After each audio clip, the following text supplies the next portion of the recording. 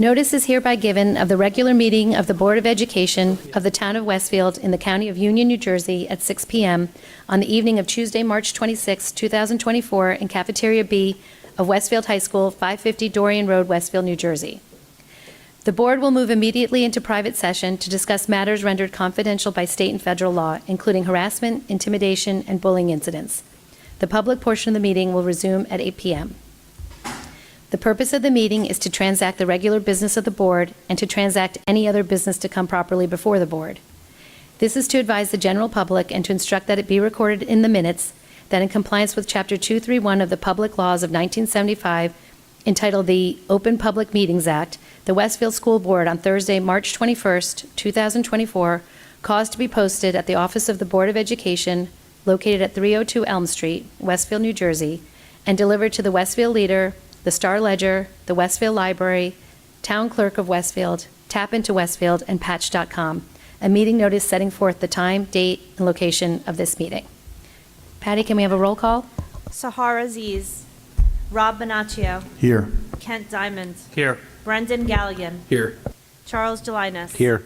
Layla Morelli, Sonal Patel, Here.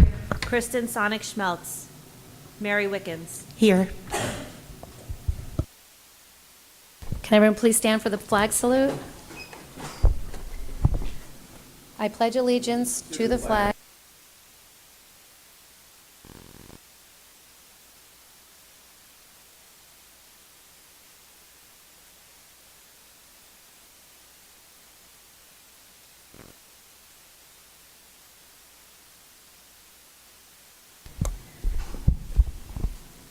Okay, be it resolved that the Board of Education move into private session for the purpose of discussing matters rendered confidential by state and federal law, including harassment, intimidation, and bullying incidents. And be it further resolved that any discussion held by the Board which need not remain confidential, and the results of the discussion will be made public as soon as practicable. Okay. We're now in executive session. You have to have a second, and then All right, can I have a second? Second. Thank you, Mary. an all in favor. All in favor? Aye.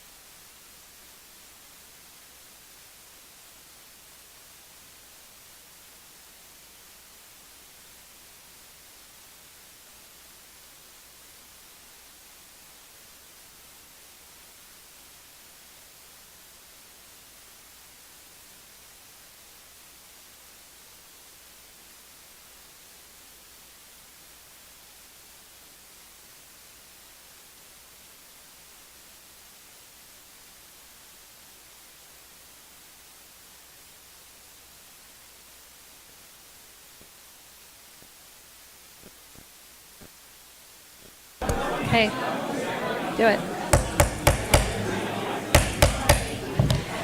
On behalf of the entire Board of Education, we're pleased to welcome a number of our winter teams and athletes tonight to congratulate them on their phenomenal seasons. For boys winter track, we have a lot to celebrate. Our boys winter track athletes earn national, state, and sectional titles. Their coach, Chris Tefelsky, who also coaches cross country, was awarded the National Cross Country Coach of the Year for New Jersey.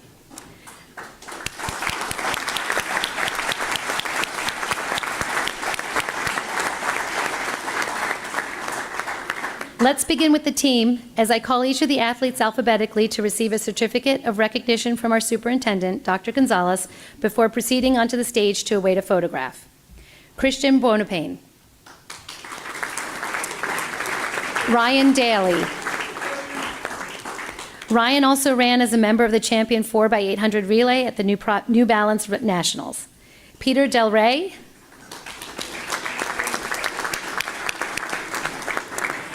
Emmanuel Gayanilo, sorry if I said it wrong. Emmanuel also ran on the national champion 4x800 relay and earned a sectional title for the 400 meter. Luke Gurn. James Gilday.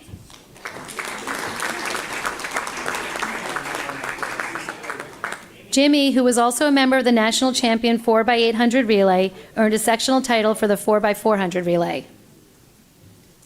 James Hamilton. Brenton Hatch.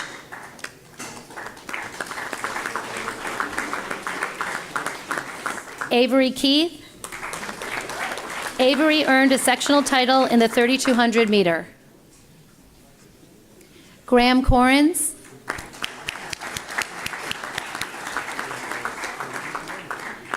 Eamon Mason.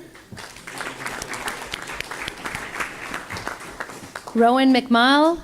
Rowan ran on the sectional champion 4x400 relay. Tej Mehta.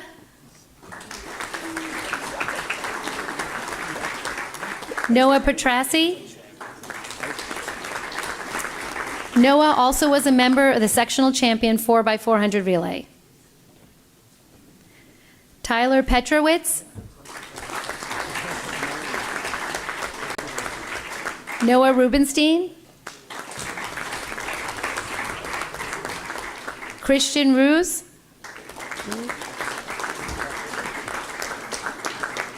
Christian Sanford. Caleb Stokeman. Caleb joined the other members of the 4x800 relay in winning a national title at the New Balance Nationals. Alex Valencia.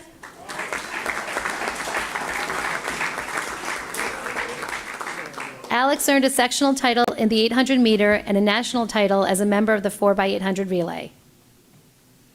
Charlie Vanesic.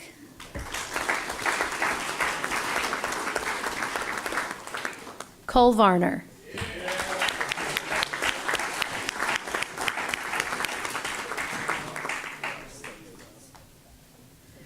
Coach Tefelsky, before I invite you and your assistant coaches to join the team for a photograph, I want to congratulate you on your national recognition by the U.S. Track and Field and Cross Country Coaches Association as the 2023 High School Cross Country State Coach of the Year.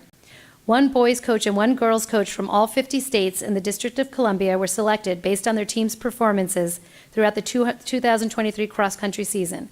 Congratulations again on this prestigious honor as we present you with a trophy from the association.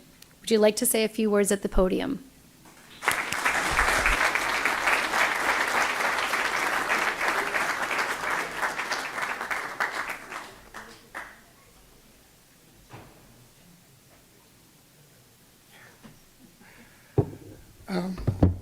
Thank you very much for taking the time to recognize these boys and their accomplishments. I also would like to call up our coaching staff, and many of them are here thanks to you for expanding our coaching staff this year. It was a significant need for us with the number of boys that we have. We have 130 boys out for winter track this year. And on paper, we had 4 coaches, and we were making it work with some part-time folks and some volunteers and things like that. But the expansion of our coaching staff really made this the best track and field team that Westfield has ever had. Westfield track goes back to 1922. So this is the 103rd installment of Westfield boys track. And I want to recognize not all of them could attend tonight, but I'd like to call up Eric Anderson, Sam Heyman, Ricardo Johnson, John Preston, and Mariana Bannock for coming out, for working with these boys every day.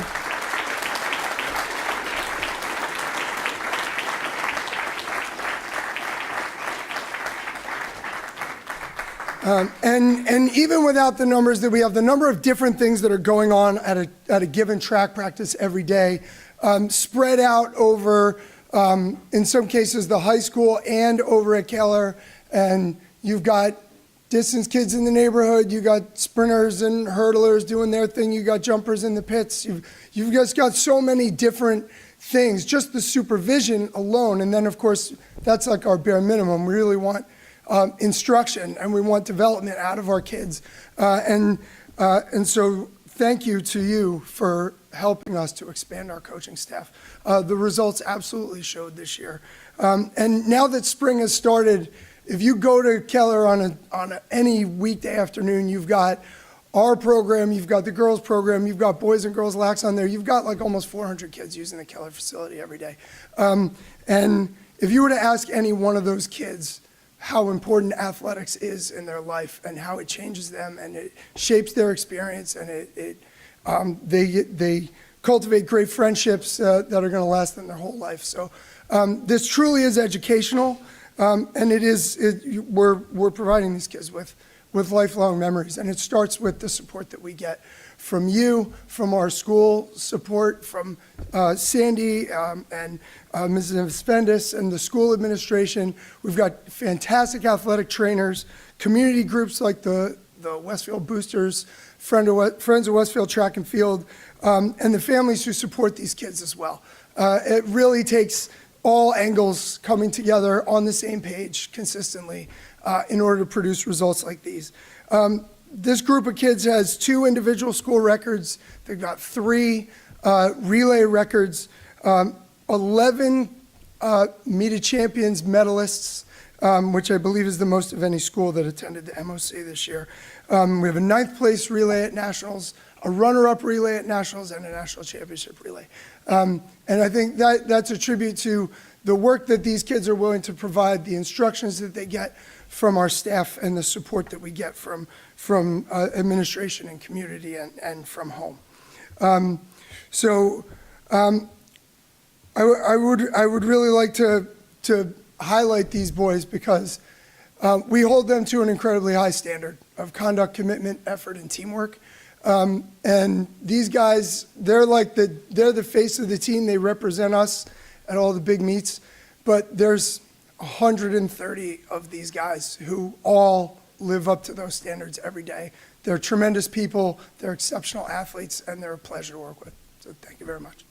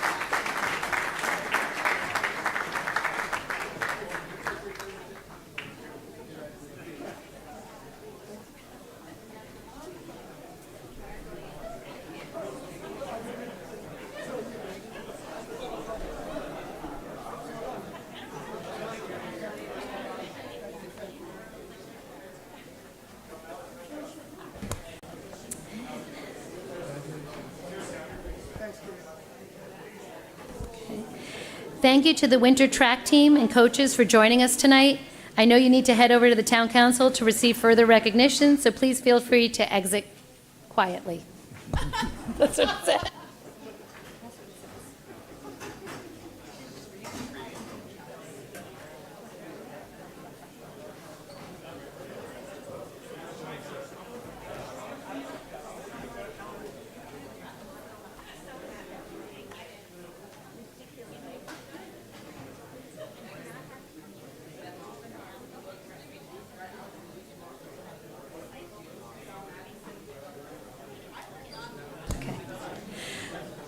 Okay. The boys swimming team also captured county and sectional titles on their way to winning their second consecutive Public A state championship. We will hear more from Coach Knight in a moment after I call the swimmers up alphabetically. Please remember to proceed onto the stage after receiving your certificate of recognition from Dr. Gonzalez. Dylan Altman. Hudson Berg. Elias Chang. Artem Dobrovolsky.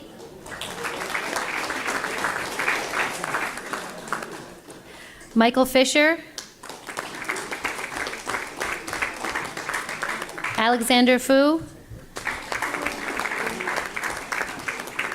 Gavin Gimblett. Adam Goddard. Charlie Jekyll. Luke Jenner. Joseph Kiley. Dylan Lagrimas. Ben Lane. Max Laskow. Flynn Martin. Danny McGann. Archie Misturi. Liam Mulkeen. Ben Nematadzira. Danny Pierce. Clark Cedar. Cole Sharkey. Logan Swenson.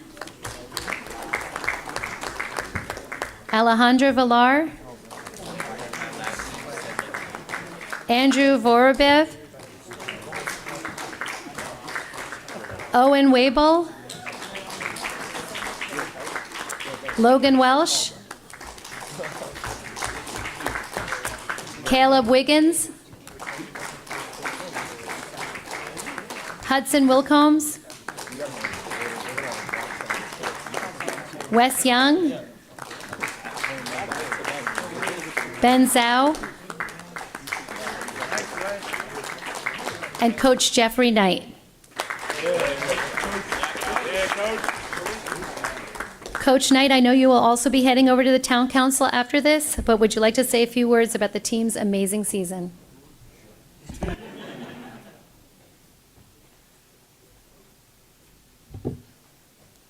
Thank you very much for having us tonight. I just want to say on behalf of the boys, thank you to the town of Westfield. We have the best fans, the best alumni, and the best parents, and their support goes just like it's beyond. So, and as such, we have the best swimmers in the state of New Jersey. Both in and out of the pool should be noted. If you haven't been to one of our meets, you are definitely missing out. You know, hearing a Field West chant against Bridgewater or CBA. So I definitely invite you all to come next year, but because we're going to be ready to go for 3 in a row. These boys may have been even hungrier this year to get 2 in a row, and they did it the right way through hard work and dedication. They represented Westfield in a way that would make everyone proud. This was our 28th state title, but it was the first going back-to-back as #1, and we set numerous school records along the way. So I can go on forever. I know we got to go, and I know these guys have already heard me talk more than enough times, but I can't say enough good things about them. They epitomize best of Westfield. So thank you.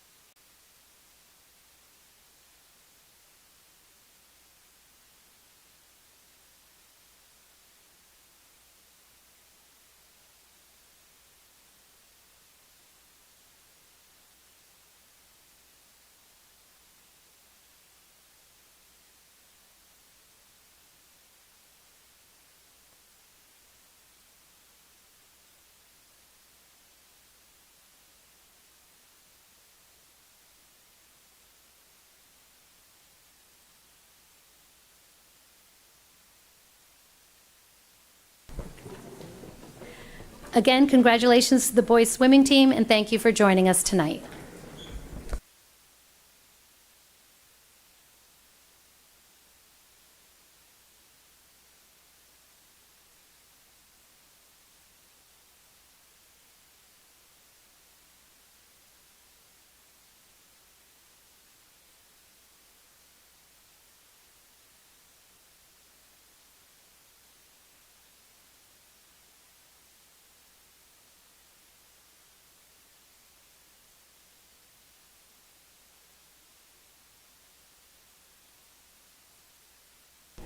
Okay. We welcome 2 members of the girls' winter track team as well, both who earned state championship titles. When I call your name, please come up to receive a certificate and await a photo. Gabby Demeter is the Group 4 state champion in the high jump. Gabby also placed 8th in the high jump at the Meet of Champions.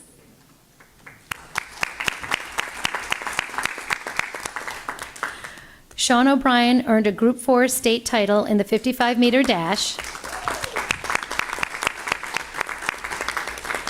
She also placed 8th in the 55-meter dash at the Meet of Champions.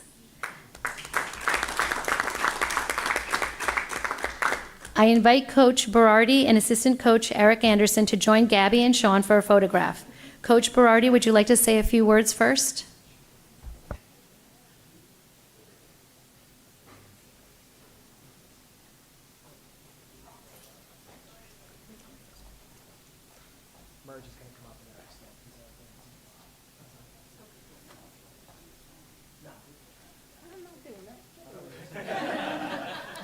We had talked about that. I joked about her coming up here giving a speech, but thanks again to the board, Dr. Gonzalez. These 2 girls up here in front of you, I remember, I'll just share kind of a quick story for what they had accomplished. A couple years ago when they were sophomores, maybe they don't remember, it was early in their season. Coming off their freshman campaigns, Sean was hurt much, and Gabby was a hard worker, and you can kind of see that in her. But like their times or anything like that was nothing like, oh, these girls are going to be state champs in a couple years. But you can tell by their work ethic, and I kind of identified that early. We had a conversation. I still remember like walking off of Kaler, and it was like you 2 girls and another girl, and I was like, you guys are the future of this team. And at that point, they were only sophomores, but you can see kind of what they brought to the table. You could see the maturity that they had, the way they carry themselves, the great young women they've kind of grown into now, and like the great role models they are for the younger girls in our program. We have a lot of girls in our program. Coach Defelsky talked about how getting those initial coaches this past season was enormous. When you have a team over 100 kids, a lot of times it just comes down to like a supervision thing. Having those extra coaches, whether it's full-time or some part-time coaches there, to have eyes on the girls and to give them that instruction, to give them that kind of individualized, tailored coaching is huge. And I think a lot of their success, neither one of them, just to give you a frame of reference, neither of them won their section. They both finished a close second in the high jump and the 55 dash. So to come back 2 weeks later and win the Group 4 title, it's not only a lot more difficult, you don't really see it as much done that way, but it kind of speaks to kind of what they've been, the class they've kind of personified during their years here at the program. And I'll always remember that conversation I had with you guys, and you guys have kind of grown into that. You've kind of fulfilled you fulfilled that promise, right? You've like everything we kind of talked about and identified, what you could be, you guys have become. And, you know, I'm excited, you know, we have a couple more months left with you guys as seniors here, and we're going to make the most of it. And, yeah, just well done, girls. Congratulations.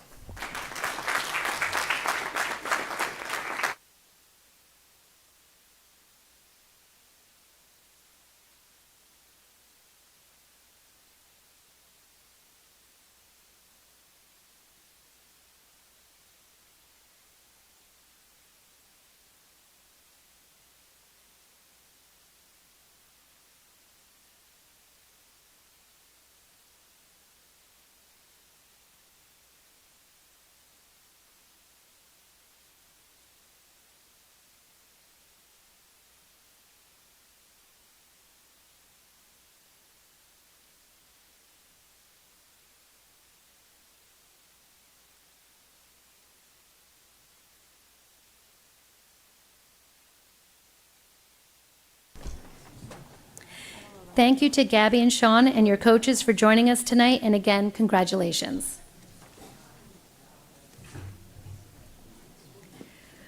We are also so glad to be able to recognize members of the girls' swimming team who won state titles in both the 200-yard medley relay and the 200-yard free relay at the Meet of Champions.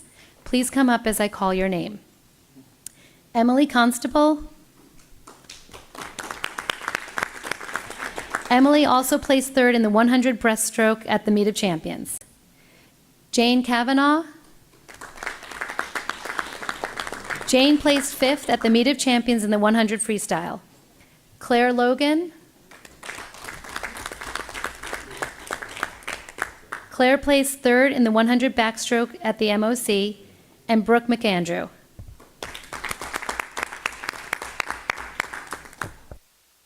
Coach Whittington, would you like to come up to the podium to say a few words?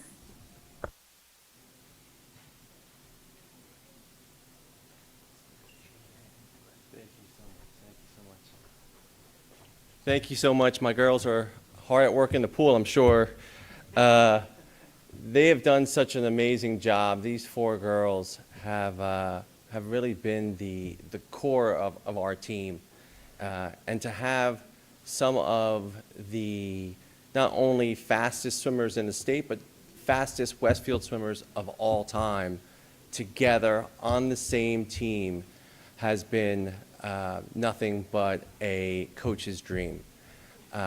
We have gone back-to-back wins at Meet of Champions in the medley relay, and we graduate. Unfortunately, graduation has to hit us all, right? We graduate two of future Hall of Famers, no doubt. And I just wanted to recognize two of those that are graduating, the two that are graduating. One is Emily Constable. She's an 8-time county champion. She has 4 school records.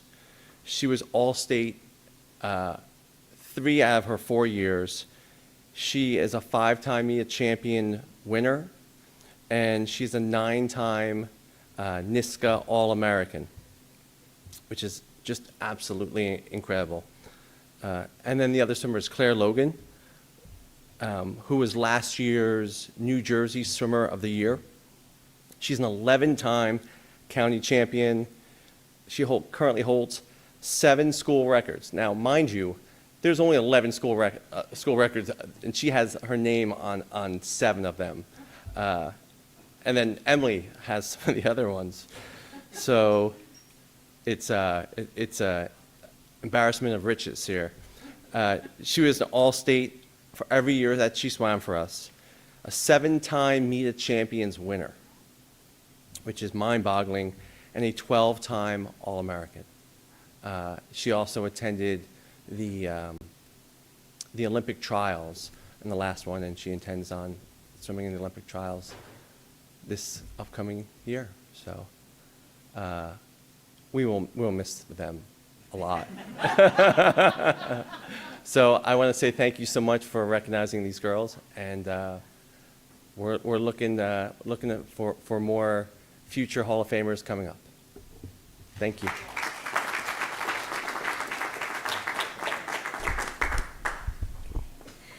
That concludes tonight's recognition of our winter teams and athletes.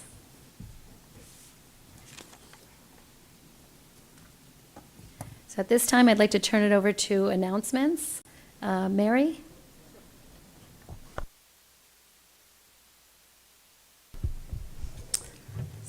Save the date. The District Student Assistant Coordinators, or SACs, are hosting an important parent academy on April 11th on current drug trends, with tips for recognizing signs, symptoms, and potential risks of substance abuse, as well as appropriate actions to take when misuse is suspected. The forum will be held from 7 to 8:30 p.m. in the Westfield High School auditorium. Thanks, Mary. Kent? Thank you. The Optimistic Club of Westfield is accepting the nominations for the 26th Annual Intermediate School Outstanding Teacher Award.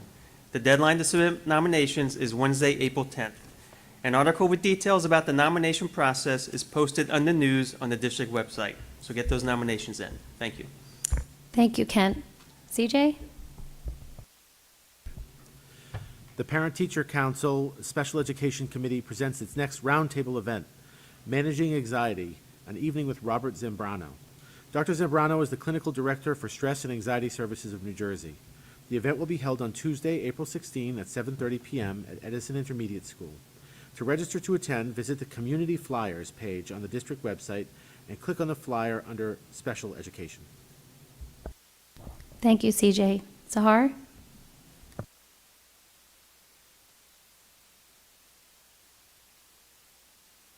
Thank you. Well, I just wanted to say thank you to the school board and to the Westfield community. This is my last meeting, which is what is the right word? A bittersweet departure. And I've learned quite a bit, and I think that the town has also learned quite a bit about itself. And I hope that this is something that is an experience that makes it more friendly and more inclusive of minorities and women of color, and that they are not treated in the same way that I was treated, and hopefully that they will be accepted, even if they are different and have different belief systems than the majority in Westfield. So, thank you.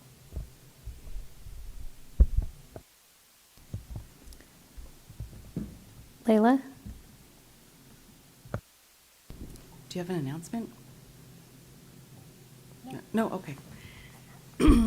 The Westfield Education Fund, WEF, will be hosting an informative webinar focused on raising financially savvy kids on April 11th at 8 p.m. via Zoom. The session will feature Ami Shah, a certified financial planner, who will lead a discussion focused on family finances, everything from how to begin discussing money concepts with your preteen to common financial mistakes and how your family can avoid them. To learn more about the webinar and register for the session, please visit https://westfieldfund.org/financial.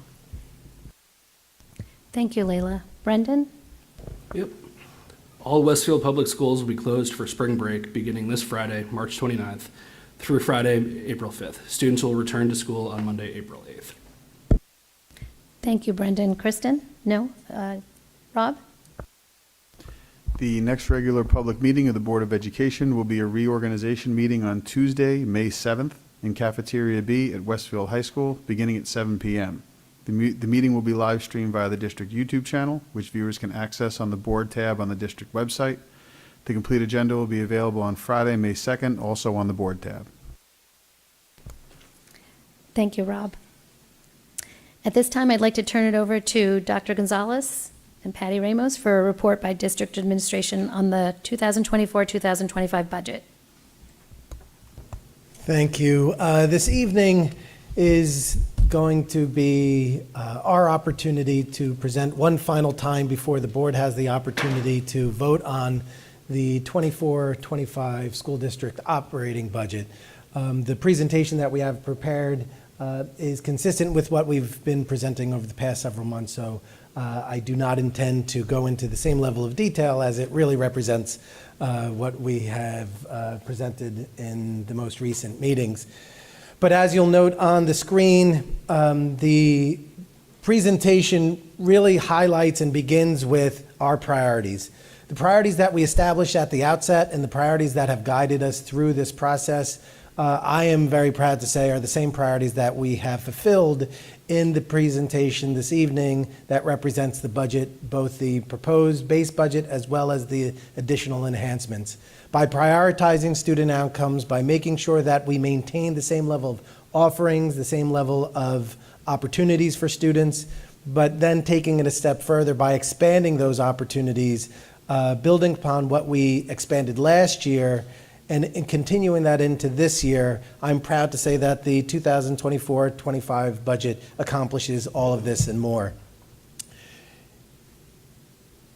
The summary of the experience is probably oversimplified in the graph that you see before you. The 2.62%, once again, represents that portion of the budget that is the maximum allowable tax increase that the board can approve as a part of the tax levy increase needed to support our expenditures next year. So without having to go to voter approval, the Board of Education could approve anything up to that blue amount. In our case, unfortunately, that blue amount doesn't represent everything we need to be able to fulfill those priorities that I originally started with. In doing so, we need to go out to a vote to the public in order to ensure that we have 7 additional staff members who are needed to be able to ensure that the programs, class sizes, enrollments, and offerings are all continued to be existent in the same way that they are today. But at the same time, everything that you see in the red just represents that educational continuity that builds upon what we started last year, whereas those items in the green represent those enhancements that are above and beyond what we have currently in place. But in all cases, anything in the red and anything in the green represents those items that require board approval to continue or to exist next year. The base budget, as we've spoken about time and time again, not only is a cut and paste from this current year, it's not just a status quo budget. I'm pleased to say it's fulfilling the objectives, the goals, and the action items that have guided our work this year through our strategic plan. Our focus on curriculum, teaching and learning, our focus on mental health and well-being of both students and staff, our focus on DEI and celebrating the diversity that exists within our schools, our focus on engaging our community partners, and our focus on establishing financial and facilities plans that will allow us to accomplish all of the other goals. All of those are included in the base budget. Most notably in this base budget, I do want to highlight, is the program that is identified in that final bullet point. That final bullet point represents the expansion of programs into the intermediate school that allow students who are currently enrolled in special education programs at the elementary school to continue to experience an educational program in our public education system here in Westfield. Along with their classmates, along with their friends, our students will have that opportunity to continue to provide, to be provided those services that meet their individual educational needs. And in doing so, we are building the capacity within our district to continue to educate our own students rather than, unfortunately, having to possibly send them out of district, not because we don't want them here, but because we, quite honestly, hadn't had the program before. This is our opportunity to build on that. We also look at then the additional items that spill over. So in the base budget, everything that you saw, including that inclusion of that mandated special education program, are all part of the blue base budget. And as a result of everything that we were able to fit into the base budget, anything that spills over becomes part of the educational continuity in the red. That represents 3 elementary, 2 intermediate, and 2 high school teachers.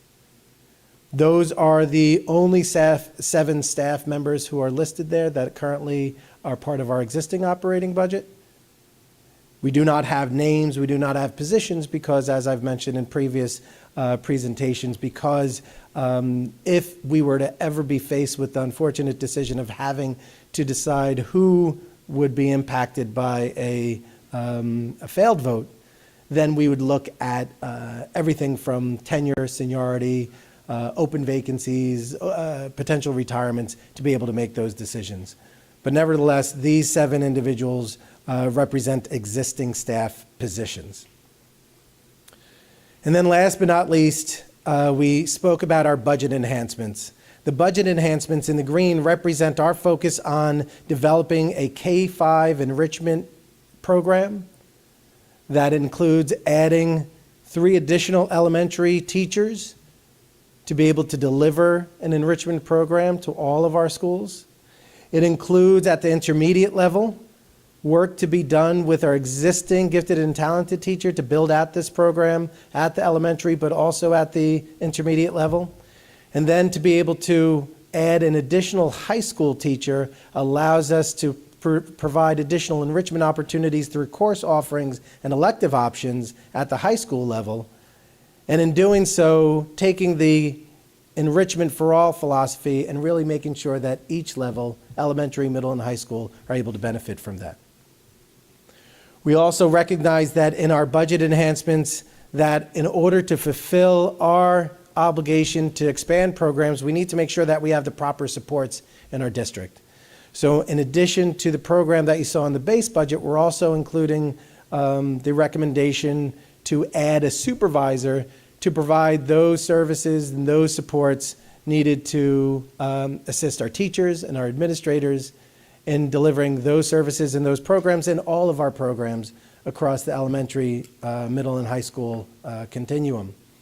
We also recognize that the delivery of services to students in our special education programs aren't limited to just our teachers and our related service providers, but also our paraprofessionals. Our paraprofessionals, when they are incorporated into a student's IEP, represent an opportunity for us to be able to provide students with the supports needed to fulfill their goals and objectives in their IEP. And in doing so, we want to make sure that we're providing the appropriate enhancements and inducements to keep our paraprofessionals, qualified paraprofessionals, in district so that they won't have to seek opportunities elsewhere. We want to be competitive, we want to be supportive and respectful, and in doing so, we want to invest in our paraprofessionals moving forward. And then last but not least, the additional budget enhancements also attend to the opportunities for us to continue to invest in our facilities. And when I speak about educational facilities, I'm not limiting ourselves to the interiors of our schools, but also to the exterior, our grounds. So an entire facilities department includes both buildings and grounds, and therefore, in order to ensure that we have the appropriate support necessary to maintain our buildings inside and out, we are proposing the addition of 3 individuals to our B&G department, our Buildings and Grounds department. One would be an additional supervisor to oversee all the projects and maintenance work that has to be done in order to maintain our facilities, but also by adding 2 additional maintenance and grounds keepers, we're able to take care of all of the exteriors of our buildings, the fields, and the exterior associated with our elementary, intermediate, and high schools.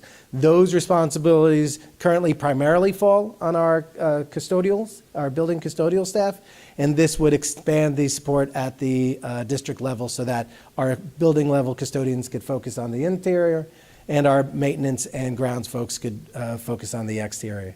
And then last but not least, we also include in our enhancements 3 additional part-time safety and security personnel. These would be individuals who would continue to operate within the school district as visible influences for our schools to be able to ensure that our culture of safety and security extends to being vigilant and visible within our schools. So right now at the intermediate and high school, we have partnered with our Westfield Police Department to be able to have the benefit of fully deputized law enforcement officials through our school resource officers. Our school resource officers are employed by the police department, but they are assigned to our schools on a full-time basis during the school year.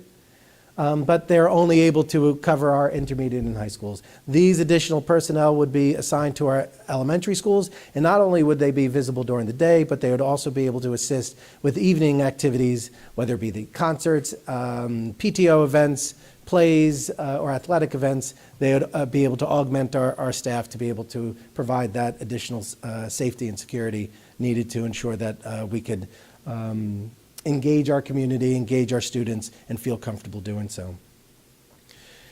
Now, all of that is represented in that bar chart, but that bar chart represents percentages. As we move on to the actual dollars and cents, I'm going to hand it over to Patty Ramos to walk us through the next few slides. So here are the slides now that show how we pay for everything. So the money is, the middle column is what the public would be voting on April 16th. The column to the left is what the board is approving tonight. And what I'd like to highlight in here is that when we looked at this, we did receive another $849,000 in state aid this year. And when we received that, we applied it to staff to make sure that we were moving as many staff as we could into the first question that's voted on tonight by the board. We also got a health adjustment that went to retaining staff in the base budget. We also looked this year, we did an energy, we're in the process of doing an energy audit. We upgraded lighting throughout the district to be more cost efficient. We've really examined our entire budget to try to save and boost revenues wherever we could to offset the tax impact as much as we could. So the fund balance number that you'll see here, the 1.5 million, that's how much money that we're putting back towards the taxpayers for next year, from monies that come in for interest that's over what we budgeted, for extraordinary aid, which the state doesn't let us know until the summer how much we will actually get, so you can't budget the full amount. So we do give back some money towards each budget in that way also. So I think it's always important to highlight that. And then you'll see $4 million in capital reserves. Those are projects that we're going to do this summer, which will be air conditioning in the IDF technology closets. The equipment there is very expensive and is overheating. So we're going to be air conditioning those spaces. And then we're also doing some work at Roosevelt Intermediate School, creating some small group instruction spaces, OT, PT rooms, and then renovating our wood shop area and technology to create a more conducive space for that kind of work to be done. So now if we go to the next slide, you'll see the pie chart that represents the sources of revenues. So on here, 92% of the budget is funded by the taxpayers of Westfield. If you were to go to a city district, this would be flipped. You'd see that blue would be the state aid portion. It's just the way it works in New Jersey. So in towns like Westfield, the taxpayers fund the majority of the budget. Even with the additional $849,000 of state aid, it only represents 5.6% of the budget for next year. So I do think it's always important to highlight that fact. And now if we move on to the expenditure side, the column on the left, again, is what will be voted on by the board as final tonight. The middle column represents everything that was in the slides that Ray presented. All the additional staffing is what we have in here. What's important to note, anything in the additional spending proposal has to be a recurring cost and cannot be mandated to be provided to the students in Westfield. So that's why you'll see staff in that second question. If it was a one-time expense, we would have to ask for that money again every year in that additional spending proposal. So now if we go to the next, you'll see the pie chart, which again, no surprise, the majority of the money is spent on salaries and benefits. That's what we do here. That's our bread and butter, is our staffing to support the students. You'll also see some items like our out-of-district tuition, our transportation. Our out-of-district tuition are students that are required to be placed out of district per their individualized education plans, which Ray spoke to earlier on, that we are building programs now in district to begin to keep those students in district.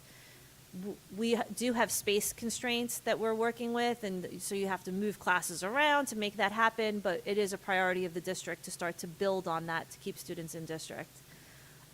You'll see here that supplies and purchase services are only 2% of our budget. A lot of times you hear, well, why don't you just cut some of that and then you can make the budget work? You can see here it's not enough. It's a small portion of our budget. Our outside providers and consultants, most of that 4.4% relates to students with their individualized education plans and services that are required to be provided to them. You'll see the capital reserve projects account for 2.7%, and then our required maintenance of our facilities and technology is just 2% to maintain all of our buildings and grounds. So now we get to the potential tax impact. The average assessed home in Westfield is $821,000. So that equates to a $182 increase in the base budget that's being voted on tonight by the board. And the additional spending proposal that will be voted on April 16th represents a $165 increase to the average homeowner for a total of $347. What's important to highlight here is the 4.11% represents the increase in the tax levy from one year to the next. It does not represent the increase to the taxpayer. When you look at that, it's actually in the 3% range, in the threes. What happens is, as the equalized valuations, the value of all taxable property in Westfield increases each year, it offsets costs to the taxpayers. We don't get that money. We're only allowed to raise our budget each year by 2% plus any allowable adjustments of the prior year tax levy. We're not allowed to look at any new development. We don't get any of that money directly to us. So I think it's always important to highlight that fact, because there always is confusion with that. And then the next slide is just the graphic representation of the budget. And what's important to note here is tonight the board will be voting on the entire budget, but the 2.62%, the base budget, will be the final vote by the board. The 0.59% and the 0.9%, which represents the $1.675 million, is what will be on the ballot for voters on April 16th. And now this next slide shows the actual ballot language, which is hard to read from the seats, but it spells out everything in detail that was mentioned on the slides by Ray earlier, the exact positions that we will be adding. And then the last two sentences are mandated by the state, and they say that the approval of these taxes will result in a permanent increase to the tax base. That's important because it builds our 2% for next year. We don't have to go back and ask for this money again. And the last line says that these proposed additional expenditures are in addition to those necessary to achieve the New Jersey Student Learning Standards, which is also required because, as I said earlier, nothing that is mandated by the state can be put into this additional spending proposal. So as we approach the tail end of this experience, the two dates that seemed so far away before are now upon us. March 26th represents today's budget vote in order to, as Patty pointed out, confirm what our base budget will be and also confirm the language that will be presented to the public on April 16th. As you'll see on this slide, we also acknowledge what happens if the vote is approved versus if it is not.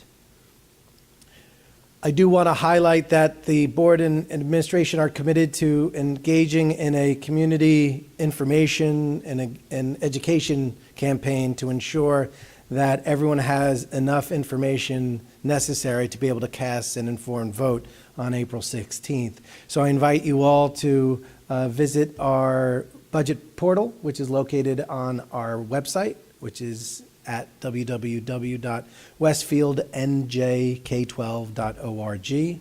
And there you'll find information both at the top and on the banner towards the bottom. Included in that portal is information regarding not just the schedule of engagements, but also this presentation, frequently asked questions, and also a form if you have questions that you'd like to ask. We would be able to respond to those questions both through the portal and as well we've tried to incorporate those responses into presentations. So we just thank everyone for their engagement and for their continued interest. Last but not least, we just always want to make sure that we end with a very subtle reminder that on April 16th, the budget vote and board election will take place. Polls open on at 7 a.m. until 8 p.m. But once again, all members of the community are invited to attend any of the community engagement sessions that we have scheduled. So at this time, it concludes our presentation this evening, and I will now open it up to any questions from members of the board. If anyone has any questions, let me know so I can keep track. Okay, then at this time, thank you, Ray and Patty, for that informative presentation about the budget, and I will turn it over to our student representative, Casey.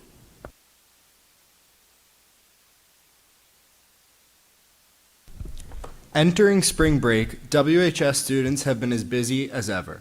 Students and staff flocked to see the school's production of Heathers, the musical, which was a huge success. This month also saw many juniors take the new digital SAT.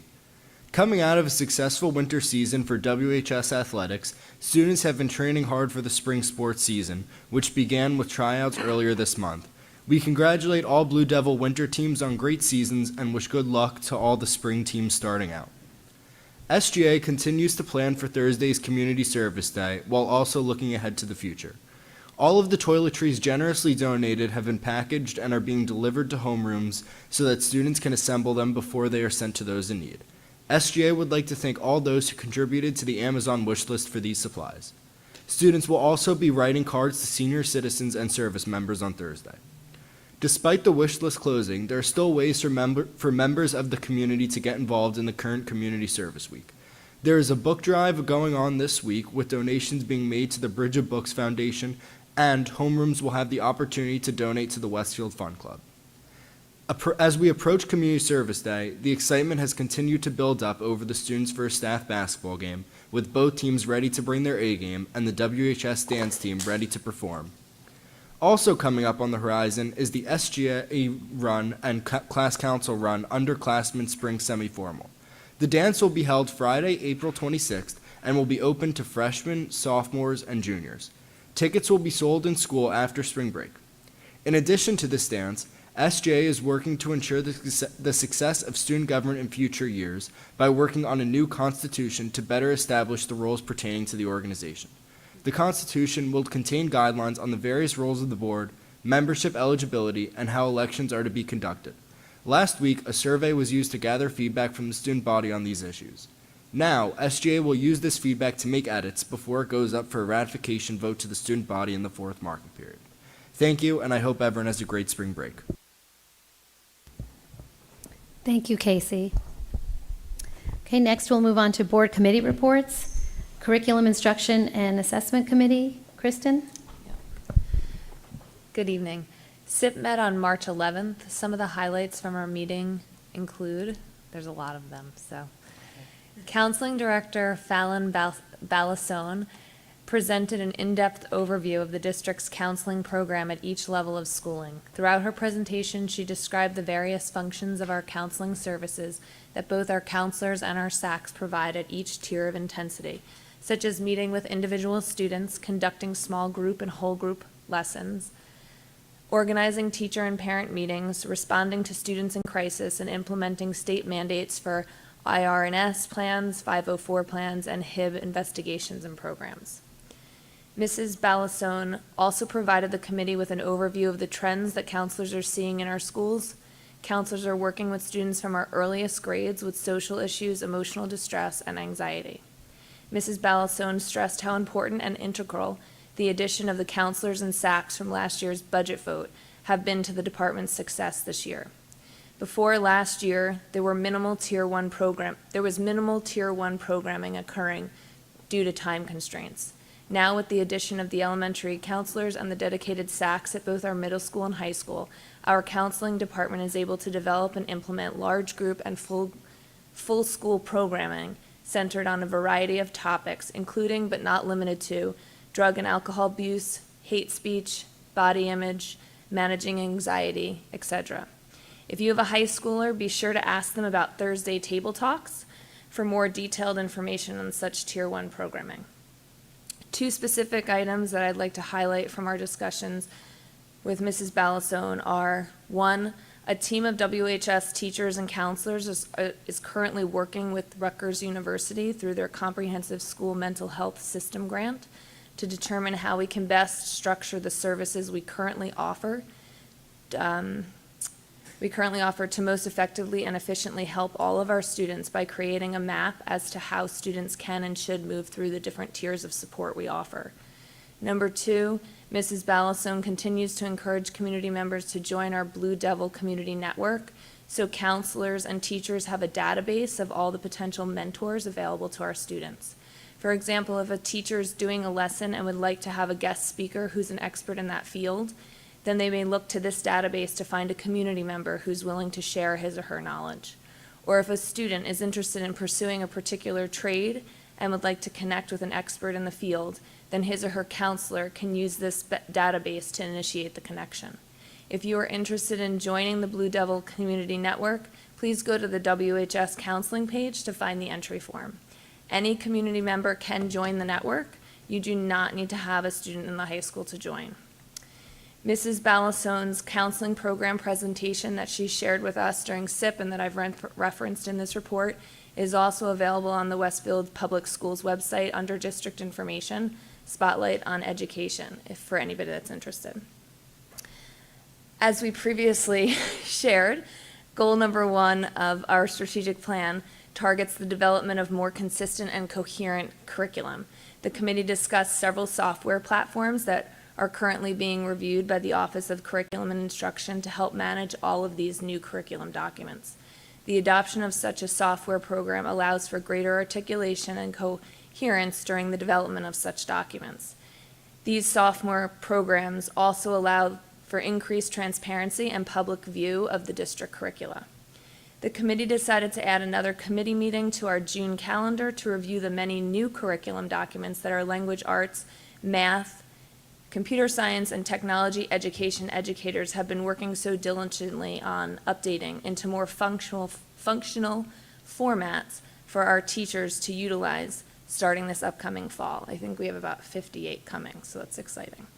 These updated curricula will be housed using a curriculum software program as described above once approved by SIP. As part of the district's strategic plan initiative to implement a multi-tiered system of supports, the committee also reviewed a universal screening assessment platform that will be piloted in 6th grade at both intermediate schools and 5th grade at McKinley during the spring. The Renaissance STAR assessment system provides students with brief 20-minute standard-aligned assessments in language arts and mathematics at multiple intervals throughout the year. The implementation of such assessments will provide valuable insights by analyzing student performance against the New Jersey Student Learning Standards. The software provides information on individual students' strengths and weaknesses, so teachers know how to differentiate by child. In addition, the assessment platform equips teachers with tailored lessons and resources to address individual student needs effectively. Lastly, we reviewed multiple field trips and 3 policies, which are on tonight's agenda. We will continue our policy review at our next meeting as the meeting was running long, per this report, and we received a large volume to review. Our next SIP meeting is scheduled for April 15th. Any questions? Told you it was long. Yeah, can you start again from the top? Yes. Not really a question, but more a comment about Ms. Basalone's presentation. So I wasn't there, and I don't know if I looked at her presentation on the Spotlight webpage, but something that I've noticed as a parent of a senior, and I think it'll be interesting to see as my freshmen grow, there is a marked increase in information about the other part of the counselor's job, since they wear many hats, which is the preparation for life after high school. I know that is something that many parents have expressed concerns about. I had concerns about. It's a lot to do. I think the addition of the counselors and the addition of the SACs is helpful. I think also Ms. Basalone has a great vision for offerings like that are alternative route or maybe different from a typical four-year college. And the presentations coming out of that department are readily accessible. They are videoed, they are live, they are recorded, they are sent out. And we've switched to SCORE as of mid last year, I think, which there was a whole tutorial on how to use it. And I wanted to give kudos to the counseling department in terms of that hat, because I think that there's been a growth and a kind of consistency across the board that this is important, and we need to look at all the different types of students we have and help them prepare. So I just wanted to add on to that. Thanks, Leila. Okay, thank you. Any other questions for SIP? Okay, then we'll move on to finance and facilities. All right. Brendan? Yep. The Finance and Facilities Committee met Friday morning for almost 3 hours. Like every meeting, we've focused on the 3 Rs: roof leaks, Roosevelt, and then our referendum. Warranty roof work at Edison and Tamaulipas will begin in the next week. Solar will remain off those roofs until everything has been approved by the manufacturer. The repairs were made to their specifications. Phase 1 at Roosevelt's facade should be done by the end of April, including power washing and brick face work. The decorative panels for Phase 2 are under construction now. There was one panel that was unique that required separate shop drawings and approvals, so that's been done. We'll continue to update as that project progresses. But really the bulk of the Friday meeting was talking about our referendum. We've been talking at least superficially about it for months now. But it's going to focus on 4 main things. One is expanding space to meet current program needs, expanding space to bring special ed programs back into district, full day kindergarten in some capacity, and then systems and cosmetic upgrades ultimately to every classroom. Every classroom will see something district-wide, whether it's new floors and ceilings, a coat of paint, or replacing the heating and air conditioning units in the classrooms. We want to see something in every classroom so that every student benefits from what we're doing. But just to get a rough idea, program needs, just to house what we currently do. This isn't talking about full day kindergarten. We need to build about 55,000 square feet of space or repurpose existing space. We also need about that same amount of space, 53,000, for full day kindergarten. So we're talking about $100,000 worth of, 100,000 square feet worth of construction, plus another 10 for special ed programs. This is not going to be a small referendum. We're not trying to sneak this through. This is why we're talking about it at least 6 months before board approval and a year before it goes to the voters. As it's set now, there will be some construction at every school. How big, we're still debating amongst ourselves. We talked about 3 different options for full day kindergarten, whether it's building kindergarten centers like we have with Lincoln, but north side and south side, looking at Franklin, Washington, or Jefferson and Tamaulipas as schools for kindergarten centers. We need 25 classrooms for full day kindergarten, district-wide. However we allocate that, whether it's neighborhood schools putting 3 or 4 classrooms on every building, building centers on the north and south side, or an option that we asked our architect to expand on a little bit further, building a 5th grade wing at each each intermediate school, and reconfiguring how we do elementary school. We're not saying we're doing anything there, but we're talking about it, and I want to make that public, that we're exploring options that would be least disruptive to the elementary communities. Unfortunately, it means being disruptive to the intermediate communities. Again, these are all options we're exploring. We have not finalized what we're doing, but it is going to be a big construction project. It's going to impact every district or every school in the district, and it's not going to be cheap. We don't have prices yet, but it's not going to be cheap. But it's needed improvements. It's space we need. Bringing special ed programs back in district will save us millions of dollars a year. It has the opportunity to, if the programs are successful, to be tuition generating programs for us, allowing neighboring districts to send their students to us and pay us for them. It can be a win-win for everybody all around, creates the least restrictive environment for students, They don't have to sit an hour every day on the bus. These are programs that need to be brought back in if we can, and building space is the only way to do that. There obviously will be much more to come on these hypotheticals as we start to refine them. We've added a separate finance and facilities meeting to the calendar for the end of April. Normally, we meet the week before our board meeting. Since we don't have an April board meeting, there wasn't going to be an April finance and facilities meeting. We added one so that we can meet with the architects again and start refining these plans. I know there are questions, so.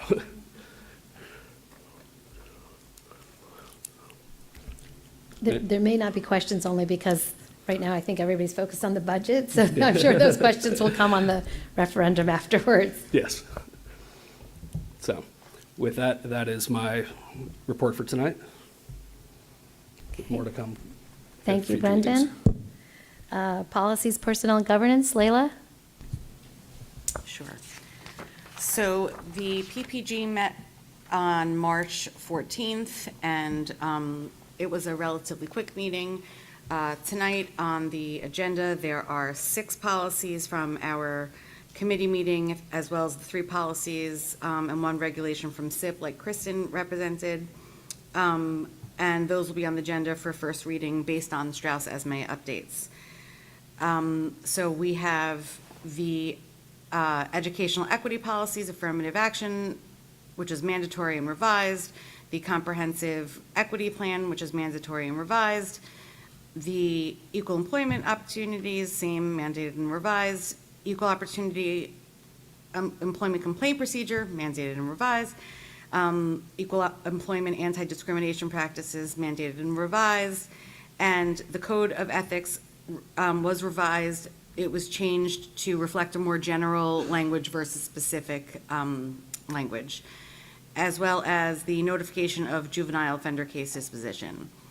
The committee recommends for the first reading all of those policies. Additionally, we were lucky enough to have Dr. Greer with us, and the SAC, the Student Assistance Coordinator, job description was updated, and the committee went over that and recommends to move forward for adoption on the next board agenda. And that was it for our report. Okay, thank you, Leila.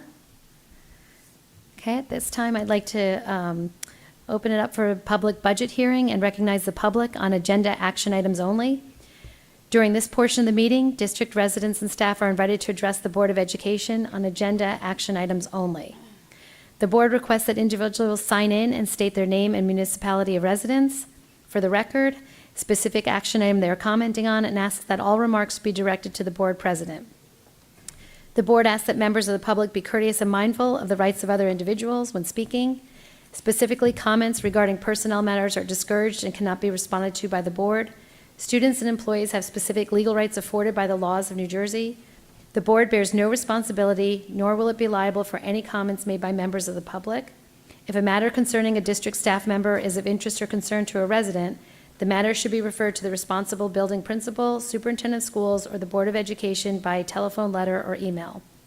Although the board may not respond to items raised during the public forum, all public comments will be considered. Each speaker's statement, please note that if any member of the public becomes disruptive during the meeting, the board president may terminate the participant's statement. Continued disruptions may result in removal from the meeting or adjournment of the meeting. Each speaker's statement will be limited to 3 minutes in duration. So if anybody would like to speak at this time, you can sign in over on the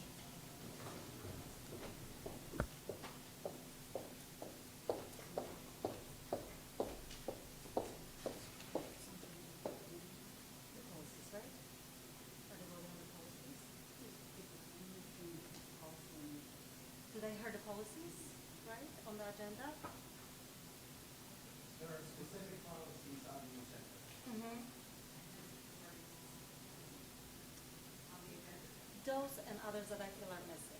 Should I wait for the end? Yes, if you have any specific comments on policies that aren't on the agenda, then they would be addressed in the second portion of the meeting. And now I tried to actually access the policies on the attachment on your website, and I wasn't able to. Is there a way to get the copies of the current policy that you guys are voting on? Yes, that would be a link, and Ms. McGann could show you where you could find that. Okay, so if there's no public comment on agenda action items or on the budget, then I'm going to close public comment at this time. Okay. I ask the board to approve the minutes from the March 5th, 2024 regular board meeting. Can I have a second? Second. Thank you, Kent. All in favor, say aye. Aye. Okay. Okay, next we'll move on to board action item agenda. Rob, for governance? Sure, I'd like to move governance items A and B on the governance section of the agenda, please. Can I have a second? Kristen? Any questions? Okay, seeing none. Patty, can we have a vote? Sahar Aziz, Yes. Rob Bonaccio, Yes. Ken Diamond, Abstain. Brendan Galligan, Yes. Charles Delinas, Yes. Layla Morelli, I abstain to A, yes to B. Sonal Patel, Yes? Kristen Sonic Schmelz, Yes. Mary Wickens. Yes.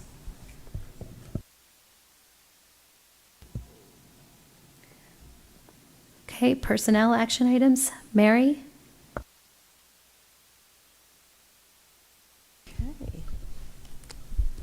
Yes, I would like to move items A through W under the personnel section of tonight's agenda.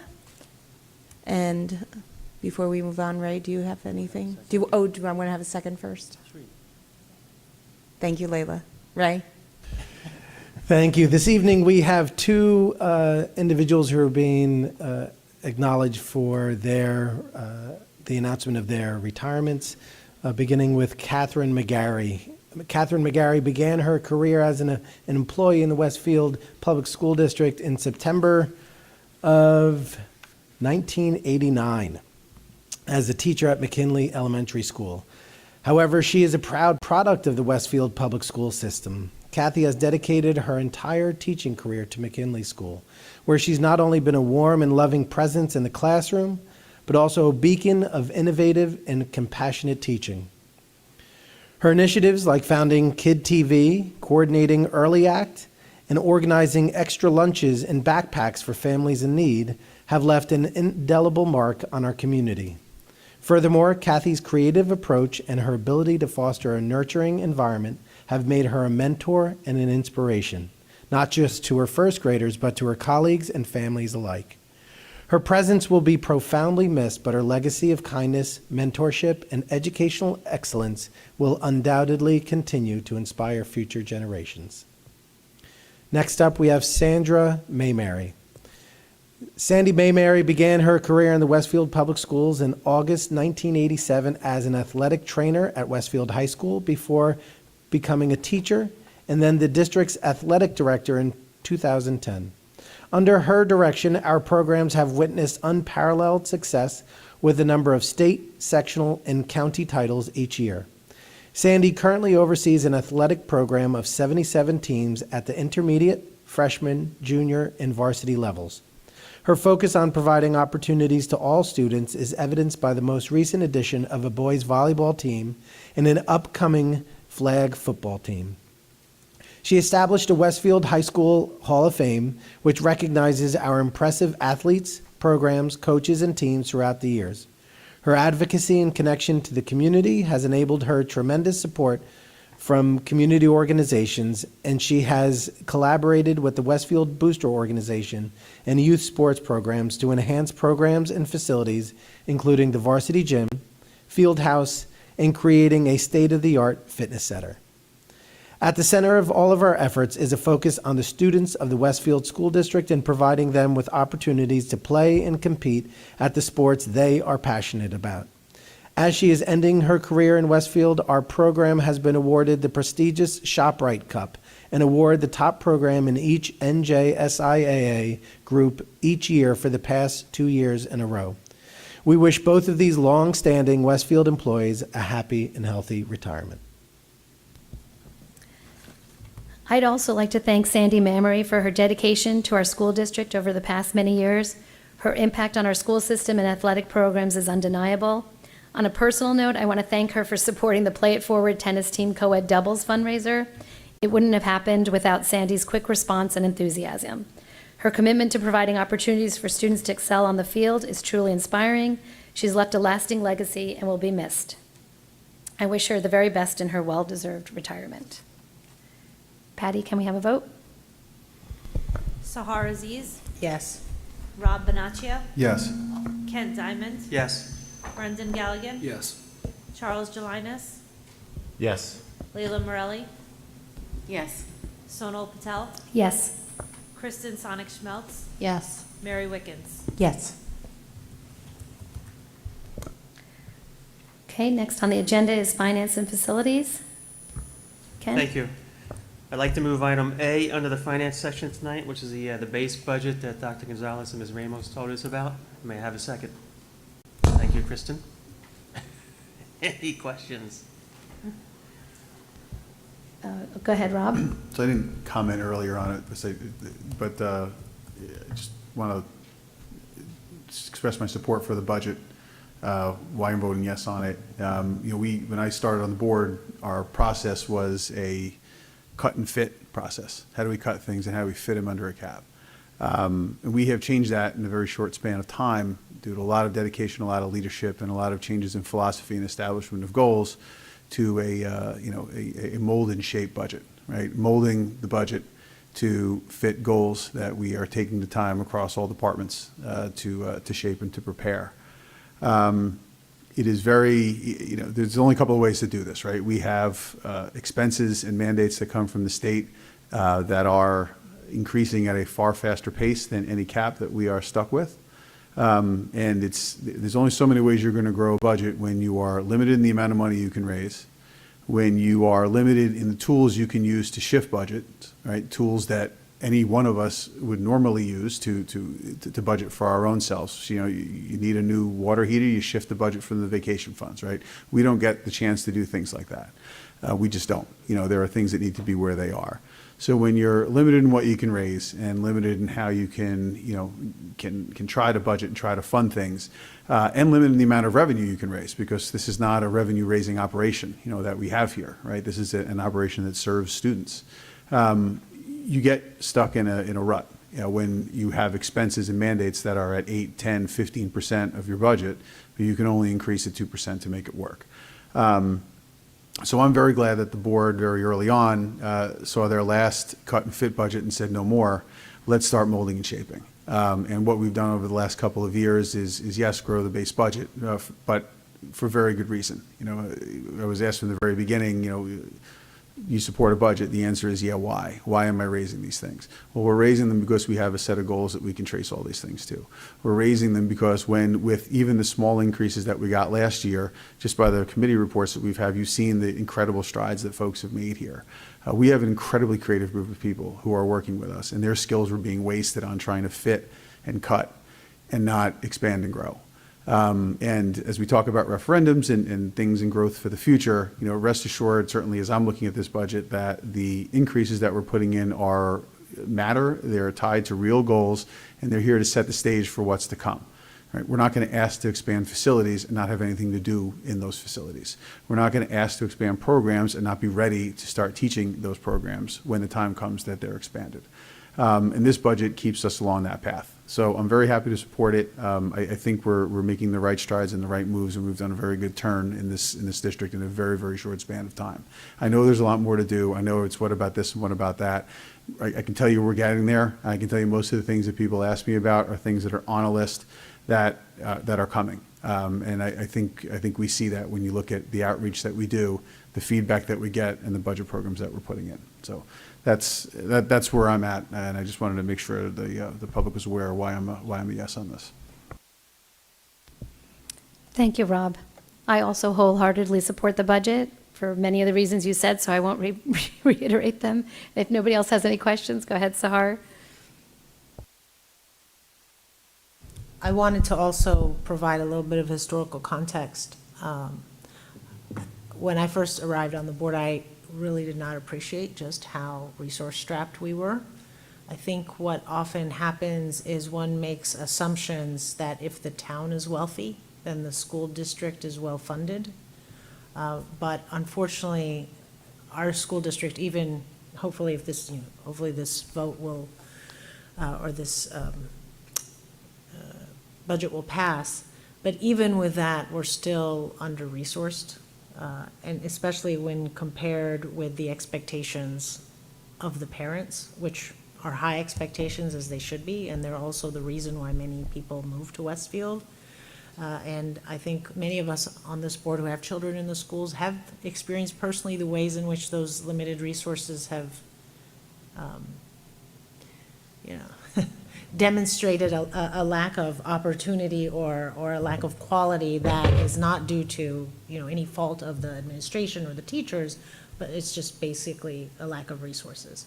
So I just hope that people do dig into the budget and ask the right questions, and you will realize that the way I characterize it is we are in a wealthy town with a school district that is not matched in terms of the resources that it should have and what people expect it to have. And I'll just use a small little recent example, is the parents at Jefferson have expressed to the board how we don't have enough money to fix something in the yard, or there isn't a budget for it, and that they're being asked to fundraise for it. And part of it, there are some things that are even that minimal, that can be something we can't do because we've got other priorities, because we don't have fields, because we don't have space, because we don't have a full-day kindergarten. I mean, we could go on and on. And so I just want to kind of reiterate that it is not a lack of expertise or a lack of ambition or a lack of competency within the school district. It's a lack of resources. And as a parent and as a resident, any increase in taxes I have to pay is an investment in all of our children's education. I don't see it as a burden. I see it more as an investment. And if you don't have children in the school district, I hope you do understand that the quality of the schools absolutely is related to your property values. So even if you don't have a direct connection through a child. So I think we all have a vested interest for various reasons for our schools to have the resources that they need.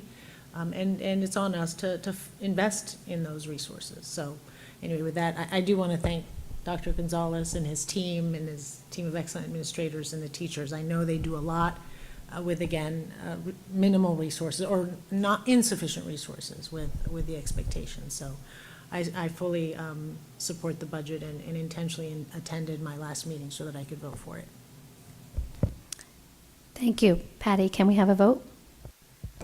Sahara Aziz, Yes. Rob Bonaccio, Yes. Kent Diamond, Yes. Brendan Galligan, Yes. Charles Gelinas. Yes. Layla Morelli, Yes.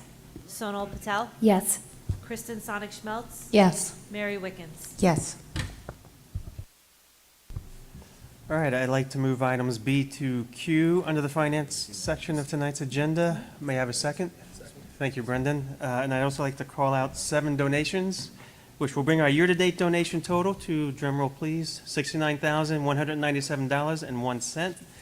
And special thanks to the Westfield Coalition for the Arts for $150 for a master class given by Dr. Wayne Millett for Roosevelt choir students. Special thanks to the Friends of the John Byrne Memorial Fund for 2 play clocks valued at $11,525 for the Westfield High School football program at Keller Field in memory of John Bond, Westfield High School alum, 1979. Thank you to the Franklin PTO for a donation of $823 to purchase ukulele storage racks for Franklin. Same thing to Tamaqua PTO. Thank you for $823 to purchase ukulele storage racks for Tamaqua. McKinley PTO, thank you for a gift of $4,173.43 for the purchase and installation of a basketball hoop for McKinley's playground. To the Westfield High School PTESO, thank you for a $500 donation for the Holocaust education and remembrance in the Westfield Public Schools. And Lastly but not least, thank you to Lincoln PTO for $237.48 for Monoprice Stage Right Series 15-inch powered speaker for use at Lincoln. Thank you. Any questions? Okay, Patty, can we have a vote? Sahar Aziz, Yes. Rob Bonaccio, Yes. Ken Diamond, Thank you. Yes. Brendan Galligan, Yes. Charles Gelinas, Yes. Leila Morelli, Yes. Sonal Patel, Yes. Kristen Sonic-Schmelz, Yes. Mary Wickens. Yes. Okay, next, policies. Leila? I'd like to move items A and B under the policies section of tonight's agenda. Is there a second? Ken? Any questions? Patty, can we have a vote? Sahar Aziz, Yes. Rob Bonaccio, Yes. Ken Diamond, Yes. Brendan Galligan, Yes. Charles Gelinas, Yes. Leila Morelli, Yes. Sonal Patel, Yes. Kristen Sonic-Schmelz, Yes. Mary Wickens. Yes. Okay, next, curriculum instruction and assessment. Kristen? Yep. I would like to ask the board to move items A and B under SIP today. A, ask the board to approve 7 field trips. 6 of them are for WHS, and the other is for second graders at Washington Elementary. And then B is asking the board to approve 2 intern teacher positions. 1 is in special services, and 1 is in nursing. Can I get a second? Mary? Any questions? Okay. You can vote. Sahar Aziz, Yes. Rob Bonaccio, Yes. Ken Diamond, Yes. Brendan Galligan, Yes. Charles Gelinas, Yes. Leila Morelli, Yes. Sonal Patel, Yes.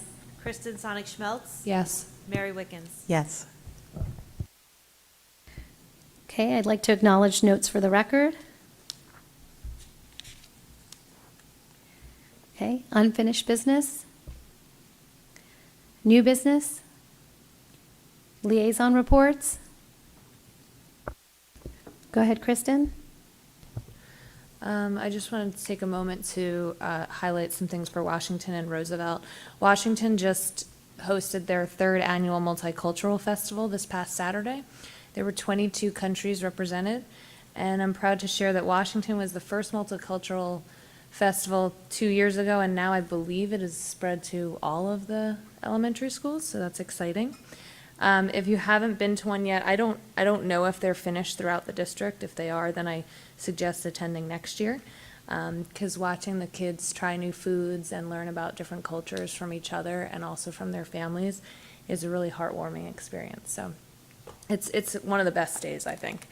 And then both schools also celebrated their community service events. Washington celebrated on March 14th at night, and Roosevelt did theirs during the day on March 21st. And I had the honor of being at Roosevelt, and it was really fun to see the kids do the different activities. They had 5 different service activities happening, so it was wonderful. Thank you, Kristen. Mary? Yeah, just a couple of highlights from Jefferson, from their PTO. So for Read Across America Week, which takes place in March, Jefferson welcomed the children's book author Beth Farrell, and she shared stories with the students and fueled the creativity of all the young writers in the school. They also had a presentation from Lead You, and they visited the students last month and had a fun, action-packed assembly for each grade. The assemblies focused on handling big emotions, empathy, conflict resolution, and responsibility using activities such as role play, breathing, dancing, and games. So those were both from the PTO. Thank you, Mary. Any other liaison reports? Okay, then at this time, I'd like to recognize the public for comments. During this portion of the meeting, members of the public are invited to address the Board of Education on any topic. The board requests that individuals sign in and state their name, municipality, residence for the record, and asks that all remarks be directed to the board president. The board asks that members of the public be courteous and mindful of the rights of other individuals when speaking. Specifically, comments regarding personnel matters are discouraged and cannot be responded to by the board. Students and employees have specific legal rights afforded by the laws of New Jersey. The board bears no responsibility nor will it be liable for any comments made by members of the public. If a matter concerning a district staff member is of interest or concern to a resident, the matter should be referred to the responsible building principal, superintendent of schools, or the Board of Education, either by telephone, letter, or email. Although the board may not respond to items raised during the public forum, all public comments will be considered. Please note that if any member of the public becomes disruptive during the meeting, the board president may terminate the participant's statement. Continued disruptions may result in removal from the meeting or adjournment of the meeting. Each speaker's statement will be limited to 3 minutes in duration.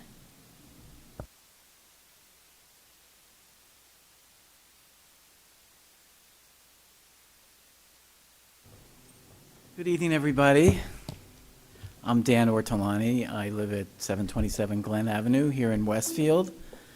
I'm an empty nester now, but I certainly appreciated my kids' time at Westfield, in the Westfield school system. It was very rewarding for them. I'm not going to say anything controversial. I just wanted to come and say that I know this is the last board meeting before the election on April 16th. I wanted to first say thank you for all of you for volunteering your time and your skills to the community. I know this job can't be easy. I know the board was called to navigate through some difficult situations and did so professionally, not least due to adherence to good governance and respectful communication. So I'd especially like to thank the board president, Sonal Patel, for a job well done. Thank you. I know the board meetings have been intense at times this year. That's been the case, I think, across the country, and our community is no exception. And as president, Mrs. Patel maintained decorum, kept order at these meetings, and she did it through good governance, keeping people on time, signed in, and ensuring the best practices were followed so that the public was able to express their views, but do it respectfully. I think it's very important. So I just wanted to thank President Patel and thank you all as well.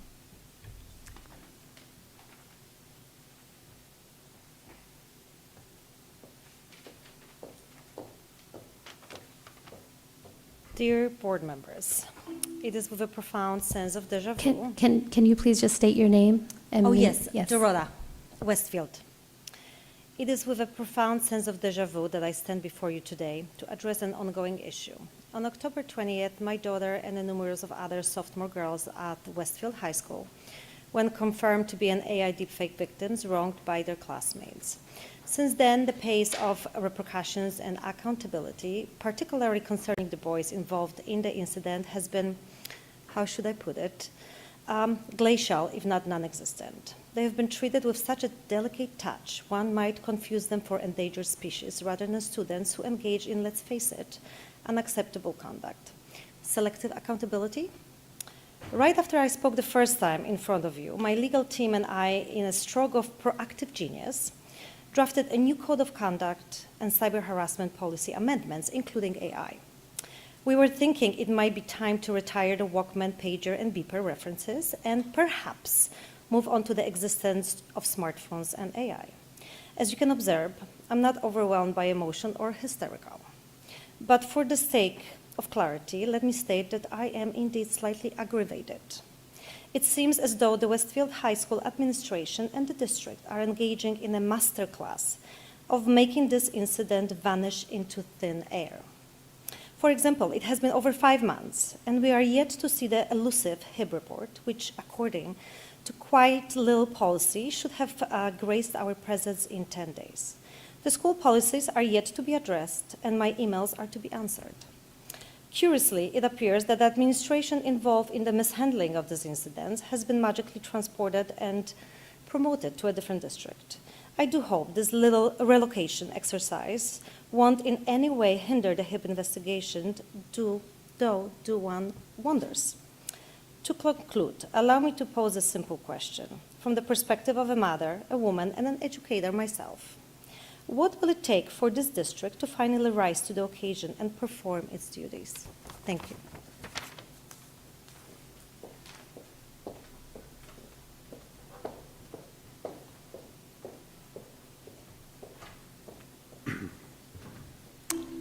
Hi, Scott Kessler, Westfield. I want to start by thanking the outgoing members of the board for their service. Over the last few months, I've come to appreciate the hard work that you all do, fielding the comments and criticism from those of us in the audience, not many tonight, but there have been some, and they've been loud and they've been contentious, and those who watch online. As a relatively new member of the Westfield community, and with children still in this district and who will be for a few more years, despite some comments that were made here earlier tonight, I just want to reiterate that our community believes in and supports inclusivity. We support diversity of all kinds. We support women, and we support women of color, such as our board president. To be clear, what we do not support is the hijacking of the school board for personal gain, maybe for book sales, or for the spread of hatred. I wish all the candidates who are running in this election in a few weeks good luck, and I hope that our school district has continued success. Thank you.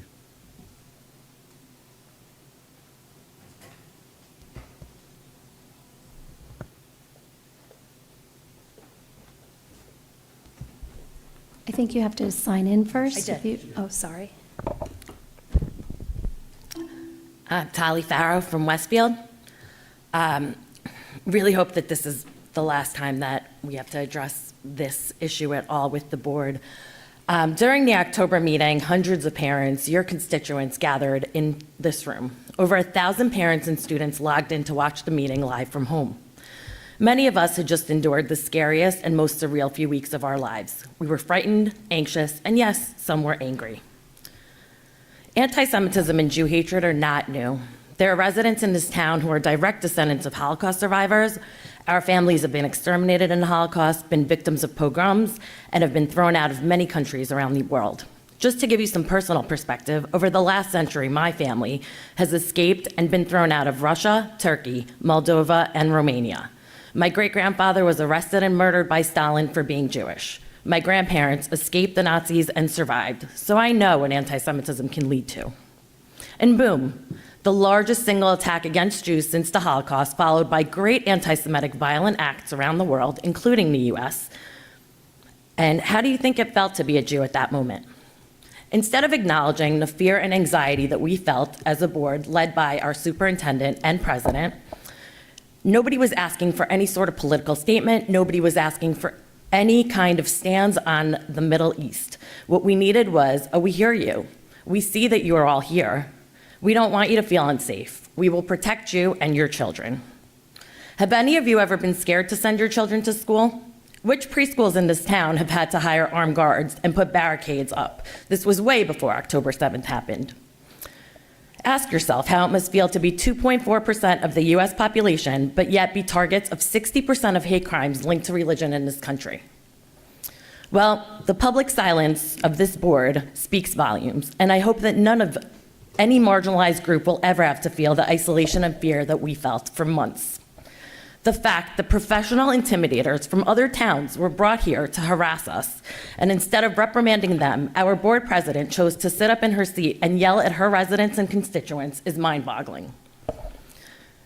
In the week after October 7th, Mayor Brindle and town council members came to sit with us as we cried and mourned at Temple Emmanuel. She spoke so beautifully. She said, "We know that you're scared. We know that you're frightened. We know that you're thinking about who might have to hide you if this happens here. We are here for you, and we will protect you. As a board, your neutrality and lack of acknowledgement is what I want to call attention to. I hope that none of you ever have to feel so scared, alone, and unsupported the way that so many members in this town and at this meeting felt. I want to teach my children to do better than that, to be better than that, to show empathy, protect those who are hurt, and to stand up for those who are wrong."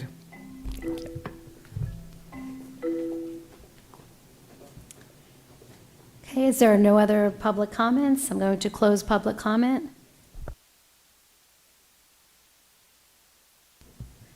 Okay, so I'd like to make a motion to adjourn. Can I have a second? Thank you, Brendan. All in favor, say aye.